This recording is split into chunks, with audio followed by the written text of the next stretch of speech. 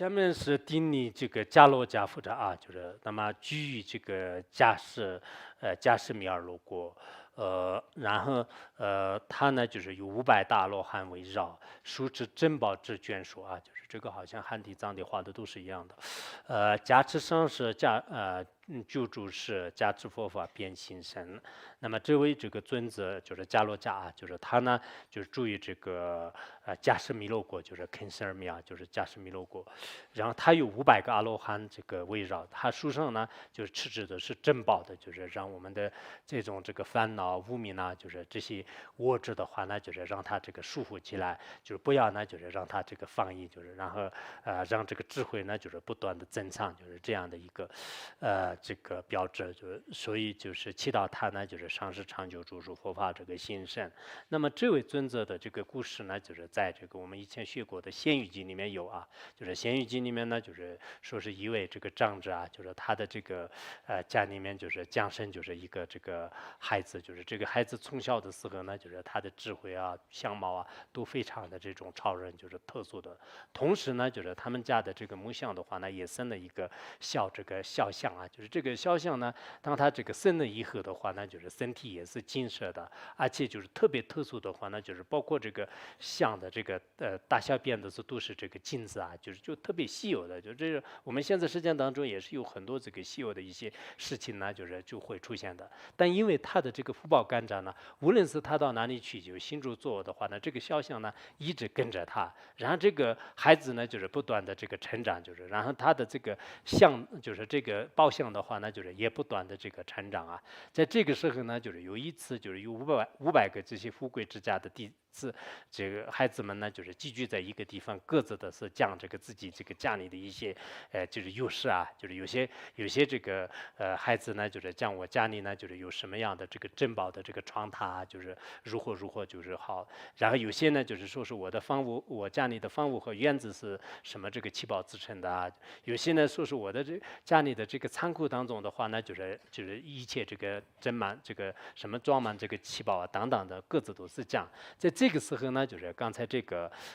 孩子呢，就是他从小的时候，因为他跟这个大象一起这个出世啊，就是有这么一个缘起的话呢，人们都对他称为是相护啊，就是向来这个保护他的就是相护。然后这个相护呢，就是他自己也是开始讲啊，我家里呢就是有一个这个宝箱啊，就是这个宝箱的话呢，连这个大小便都是这个金子啊，就是这个时候呢，很多人都特别特别羡慕。其中有一个这个孩子，就是那个24王的这个孩子，也就是维圣元王吧，就是将来的，就是这个人呢，就是他就特别生贪心，就是哇，这个一旦我真的成为这个国王的时候的话呢，那么我一定要把他的大象要夺走，就他心里面产生这样的这个恶念。后来确实是他的父王加本以后，他就上了这个王位。上王位以后呢，就是他开始这个下命令呢，就是那个相互的这个相互呢，就是到王宫里面来。相互的父亲呢，就是告诉这个相互啊，就是说是这个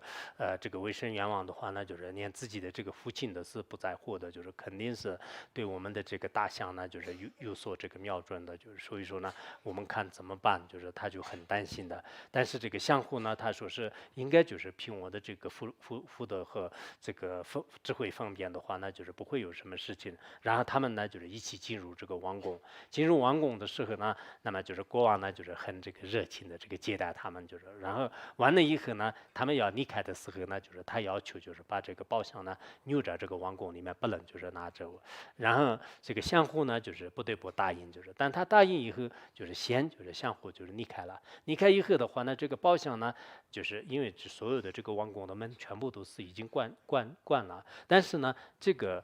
大象呢，就是它就进入地里面，就是过一会儿呢，就是在外面就是出来了，就是然后呢，国王就没办法了。但是呢，就是相互到后来的时候，他自己心里面想啊，就不管怎么样呢，就是这个维生元王的话呢，就是他肯定是不会放过我的，所以世间的一切财产呢，就是都是一切这个痛苦的这个根源，就是依靠它呢，就是会就是出现各种各样的这个挣扎，然后呢，就是产生这个厌离心。后来呢，就是经过这个父母的这种开许呢，就是他去这个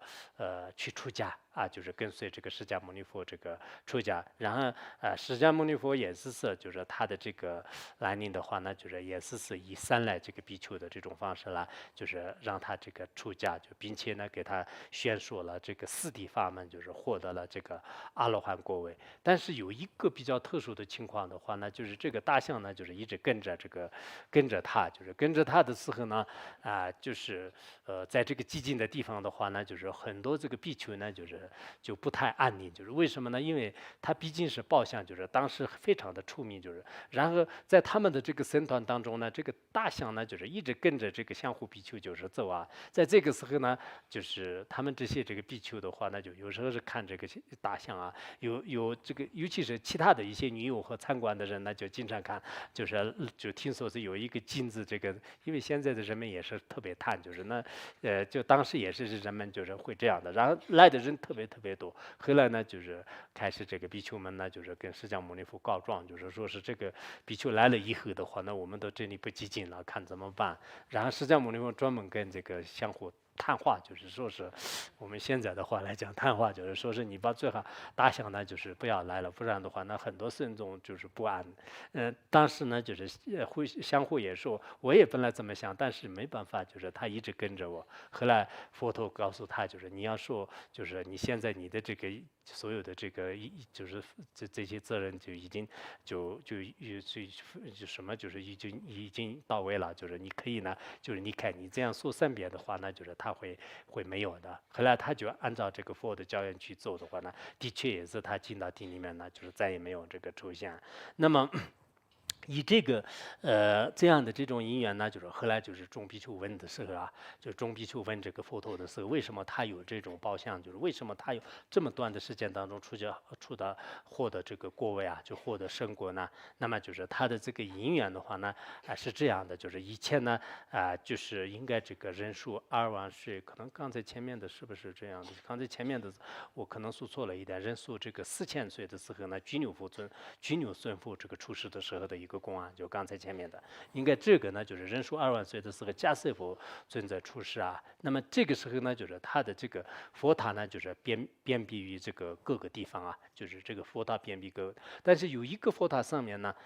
就是有一个菩萨，就是骑着这个像的，就是这么一个像。可是这个呢，就是时间久了以后有一些破裂，然后有一个人呢，就是转绕的过程当中看到这个金像和看到这个菩萨的这个像呢，就是有一些这个顺上，然后呢，就是他用这个金粉来开始这个补上了，并且呢，他自己这个发愿就生生世世呢，就是有这样的这种金像来这个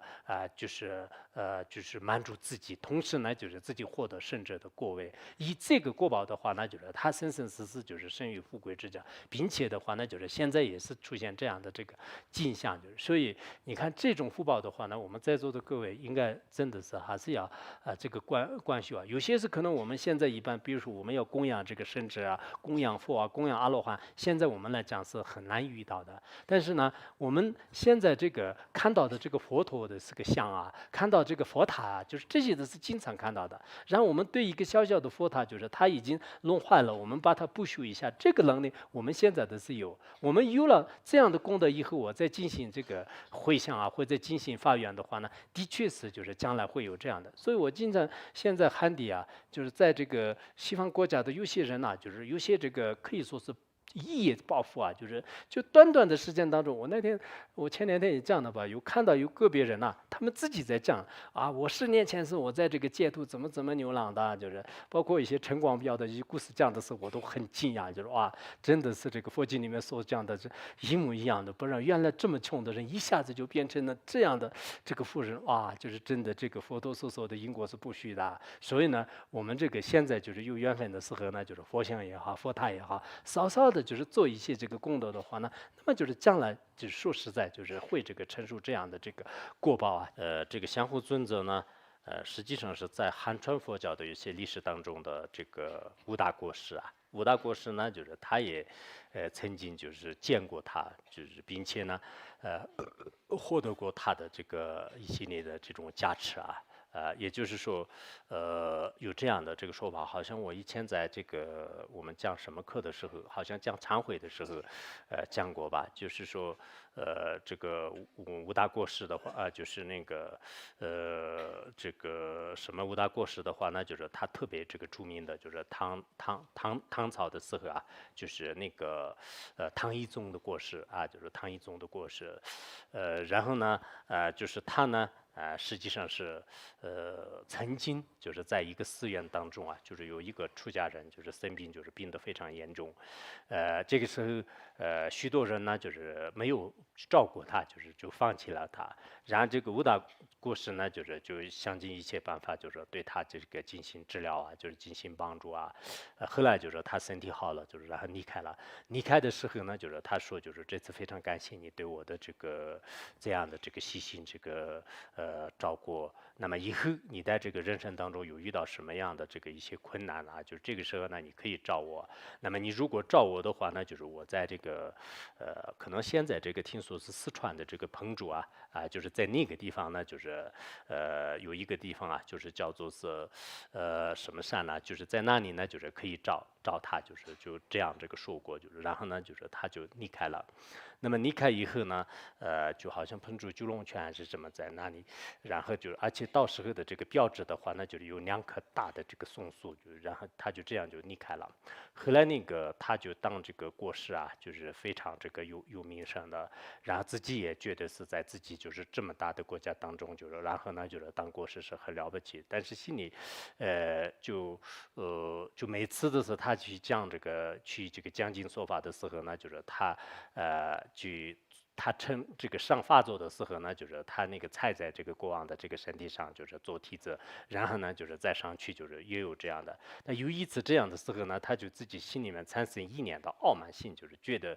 我这个很了不起啊！你看国王的事，就对我是如此的这个恭敬，因为以这样的这种傲慢心的话，那就是他的一些德行啊。就是一些这个功德呢，就是减退。后来呢，就是他就生了一个病啊，就是他的腿上呢，就是长了一个，就是那种这个人面疮啊，就是人面疮，而且这个人面疮呢特别可怕的，就是有嘴有眼，还有呢，就是他嘴里呢就是经常也给他也喂东西，就是然后，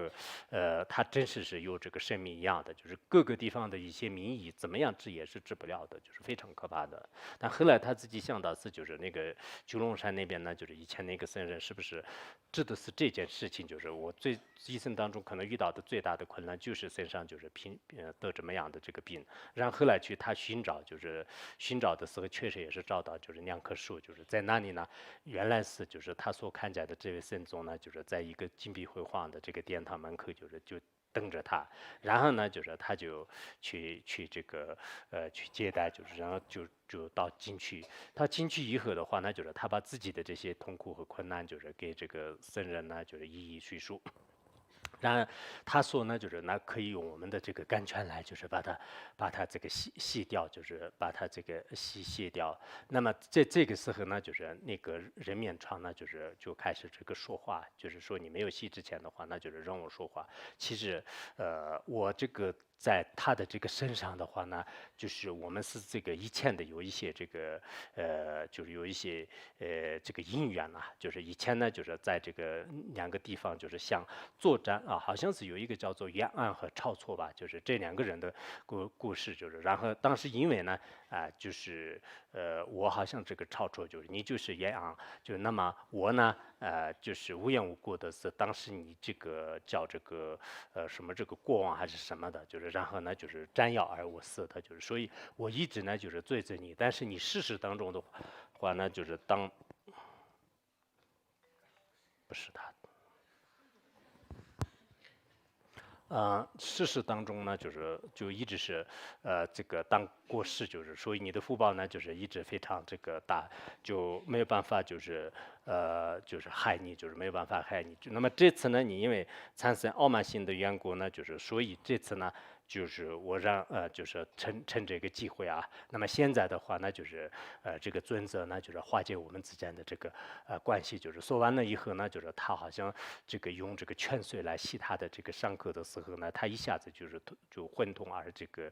欲绝了，就是醒过来的时候呢，那个殿堂也没有了，就是然后呢，他的身体呢，就是也恢复如初了。实际上是这位这个圣人，就是这位尊者的话呢，就是我们就是昨天所讲的那个相互尊者也好，或者说是这个迦楼迦法西啊，就是尊者啊，就是只是在这个汉地的一些历史上就是对的时候呢，就是应该是他，而且我们这个16阿罗汉的话，无论是在藏地、印度还是在汉地呢，在很多的这个高僧大德呢，就是在不同的这个时代当中的话呢，都能这个看得到的，就是尤其是我们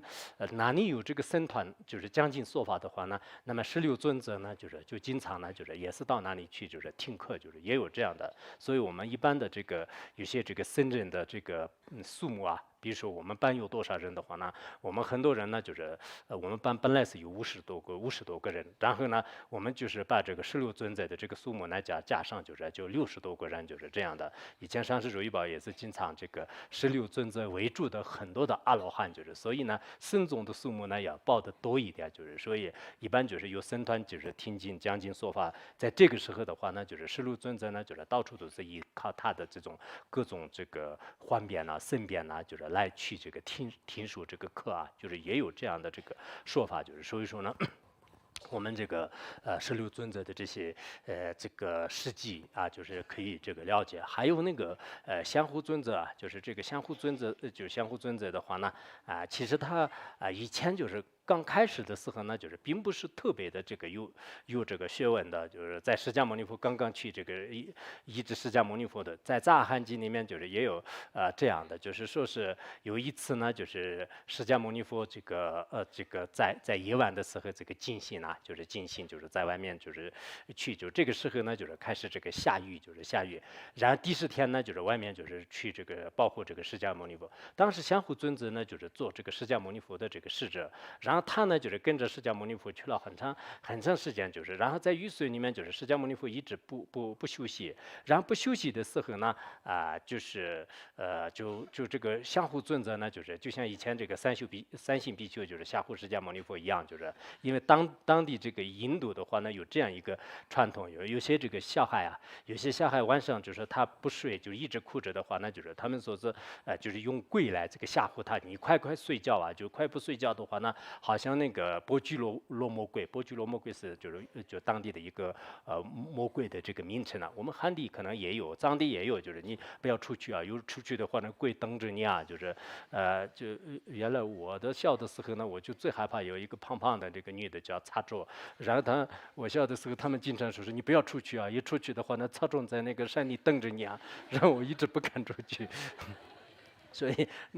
好像他还在那个去年我在那个，在夏洛库嘛看见他，就是他现在老了。我说我小的时候最害怕你，就是现在看来不是很害怕的，就是那个，就是他是看起来有点就是胖胖的，就是头发也短短的一个女的。然后那个当时呢，就他们印度有这样的一个传统，就是说是这个对小孩就是你快睡觉啊，不然的话呢就是什么波居罗贵，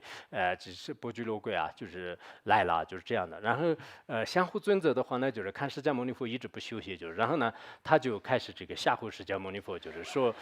释迦牟尼佛你快这个休息啊，不休息的话呢就是你再不要就是外面训，不然的话什么这个波居罗贵啊来了。然后这个时候呢，就是那个第10天呢，就是有点不高兴，就是说是啊，怎么这个佛教徒当中都是有这么愚笨的人？佛陀是具足一切这个功德和一切智慧的这样的这个人，就是还要怎么会是怕那个鬼呢？然后释迦牟尼佛呢，就是说这是正常现象的，就是他呢，这个虽然现在呢，是这样的，但是佛教的这种这个教义呢，就是非常的这个深广，然后佛教呢，就是很包容的，就是他这样逐渐修持的话呢，就是以后呢，就是他也会得这个清净道，就是后来呢，就是的确也是就是他获得了这个阿罗汉果位，就是所以当时呢，第10天呢，就是觉得是这个人太笨了，但后来呢，确实在这个学习佛法当中的话呢，就是也有这样的。其实我们佛教徒当中也是刚开始进入佛教的时候呢，自己也是特别笨啊，就是一看到就后来就是自己觉得自己所说的话，自己所做的一些事情的话呢，自己也就是感觉到就是特别不好意思的，就这种现象也有。所以这是我们昨天呢，就上一节课的话呢，就是没有讲完的这个尊者的个别的一些这个事迹呢，就是在相关经典当中是这样这个记载的，也给大家就是做简单的介绍。